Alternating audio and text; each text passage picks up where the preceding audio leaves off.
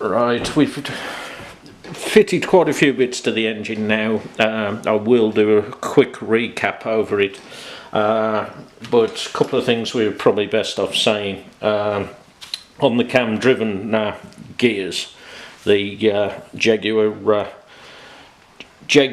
used to do them with a full set of teeth, and they for some reason moved to sort of shorter areas of contact, which did start to give them a few problems, and understandably you've only got half of the surface face touching the driven cams, which it was a good idea to allow for accuracy and in just tweaking the cam timing just that little bit, but we have renewed these completely. As this engine had these, we've gone to brand new full toothed for contact all the way around.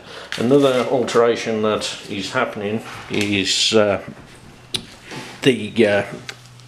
spacer plate that runs on the front of the crank.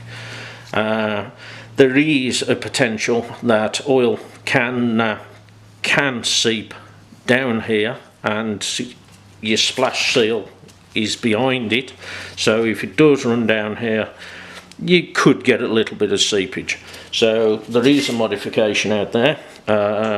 Yes, it's noted that it hasn't got the keyway, which isn't a problem, because where it meshes with the one at the back, that's why this has been machined so that it sits on it. And this little rubber seal here allows, when it's pushed on the crank, to stop any chance of the oil seeping past the front sort of pulley and being splashed around the engine bay. Not that extreme, but when somebody's had an engine built, they're not going to want a little faint dribble coming from it. Okay, we shall now turn to look at the engine.